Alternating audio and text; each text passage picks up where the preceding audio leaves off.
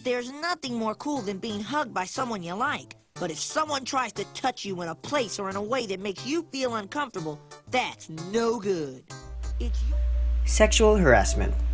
This is one of the biggest current issues in the world today. This issue has prompted the birth of a few movements and campaigns, including #MeToo, Time's Up, The Truth Has a Voice, #That'sHarassment, and several others. Now we have the chance to be heard. End abuse and sexual harassment. Sexual harassment and women's safety is a serious issue both locally and internationally. And in Metro Manila, it should also be one of the government's top priorities to make both the Filipino female workforce and population in general be more productive and have a better quality of life.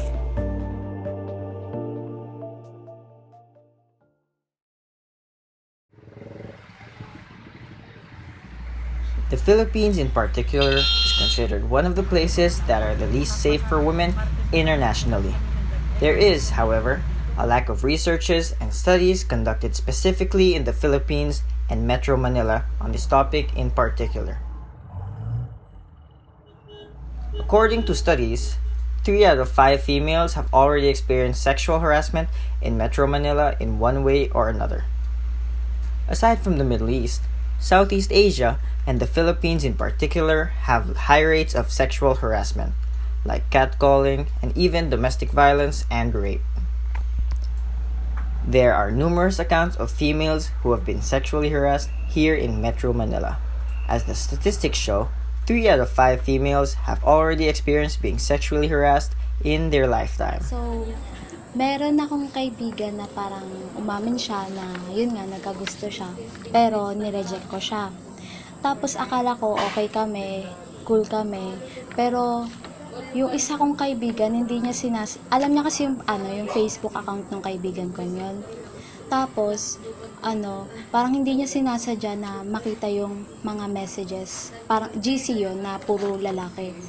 Tapos, sakto pa na nakita niya yung pangalat ko. So, syempre, nagtaka siya. Binasa niya. Tapos, yun nga, nakita niya na, na pinag-uusapan ako. Tapos, sabi, sino una kay ganito? Madalas, verbally. Pag kunwari dadaan ka lang sa may kanto o kaya sasakay ka sa mga jeep, ganon. May sisipol sa'yo bigla, tas tatawagin ka ng mga kung ano-anong mga salita na hindi mo naman gugustuhin. Ayun. Actually, parehas na nangyari yan. Verbal and physical. Pwede. One time, sumakay ako ng jeep. Tapos, merong lalaki na sa tabi ko dapat na yung kamay niya, imbis na aalisin niya, di niya inalis. So, ayun, hinawakan niya yung parts ng katawan ko.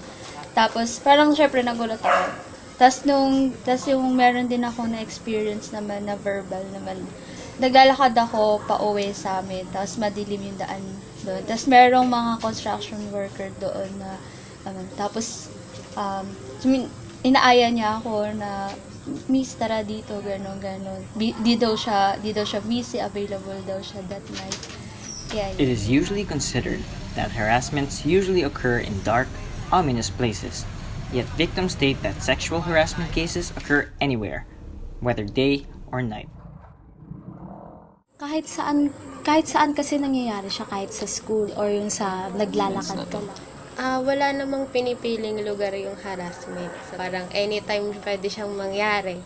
Kasi minsan hindi aakalain na, may tatawag sa'yo bigla na ganto ganyan, or may biglang manghihipo sa'yo kung saan di mo naman alam na unexpectedly na ganon bigla yung gagawin sa'yo. Actually, sa public places. Kasi kahit saan ka naman di magpunta, parang lahat naman at nung nakakasalubong mo, ganun eh. Sexual harassment in the Philippines is caused by a few reasons. Some of these are media, law enforcement, and culture.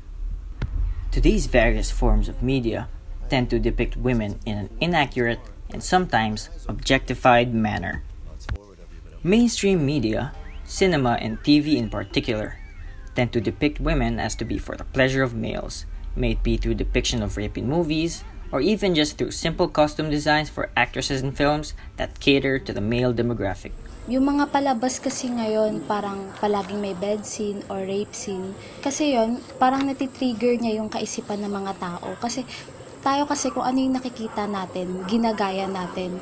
Tapos meron ding mga scene na, o kaya yung sa mga babae, yung mga suot ng babae sa mga palabas na dapat hindi ipinapakita. Mga daring. Oo, yung mga sexy na hindi dapat pinapakita pero ayun, pinapakita dun sa television.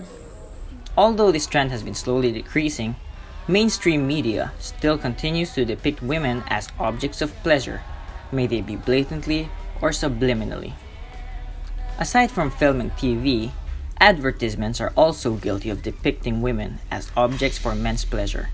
But the good news is, today, it's much harder to get an ad approved if it contains this type of subtext within an advertisement.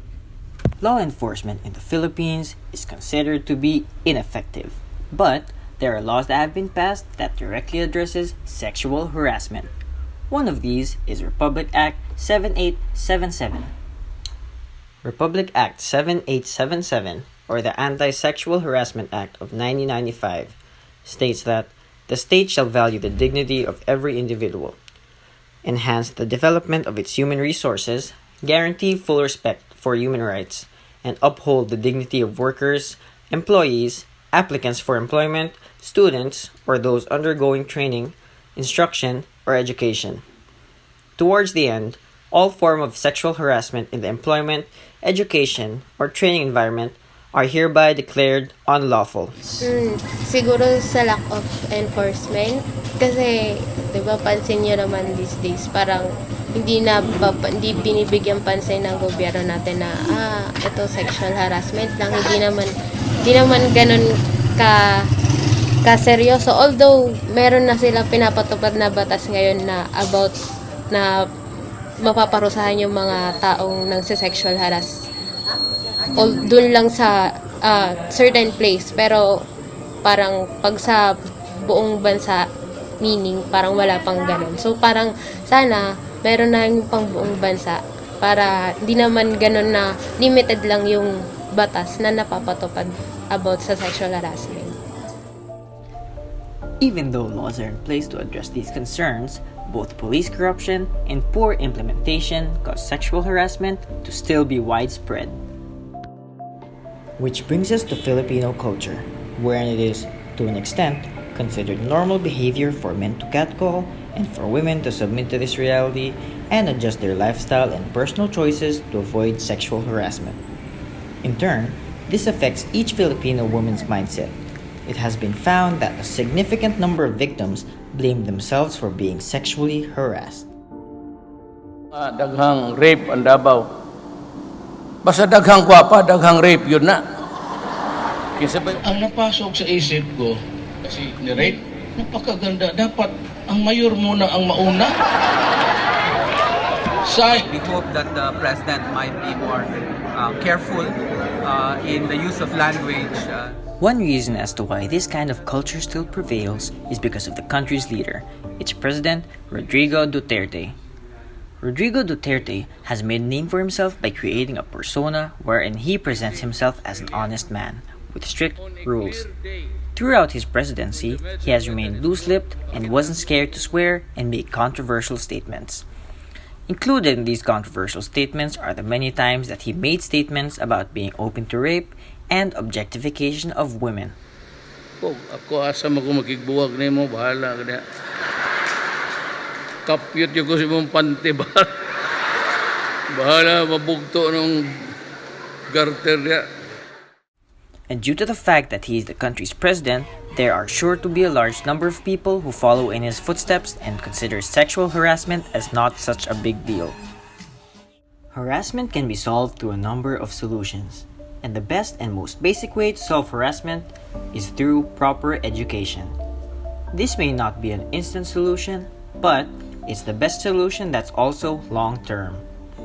Educating both males and females on gender equality and these issues allow for each individual to grow and gain a proper understanding of these issues, leading to consciously avoid committing sexual harassment, may it be as simple as catcalling or even as horrible as rape. But before this can become a reality, each individual can avoid being sexually harassed by avoiding dangerous areas, keeping a companion alongside them, and being aware of his or her surroundings at all times. Aside from this, the Philippine government should also sign in more laws that address sexual harassment, and more importantly, properly implement these laws. In retrospect, sexual harassment is a complex issue to address with varying causes, implications, and forms. And with this much complexity, it can only be solved through the use of a system of various forms of mitigation. These can be on the smallest scale, with each individual doing his or her part, or as large as being on a global scale, with movements and steps being taken on the global stage, with different nations working together to solve and eradicate sexual harassment. Sexual harassment is far from gone here in Metro Manila, particularly against women. But recently, women have been standing up for themselves and have been actively pushing for safety for women and gender equality as a whole. Metro Manila and the Philippines as a whole has been more progressive recently more than ever, and this marks a new age in Philippine history and culture. This marks the start of the fight for absolute equality in the Philippines and the world.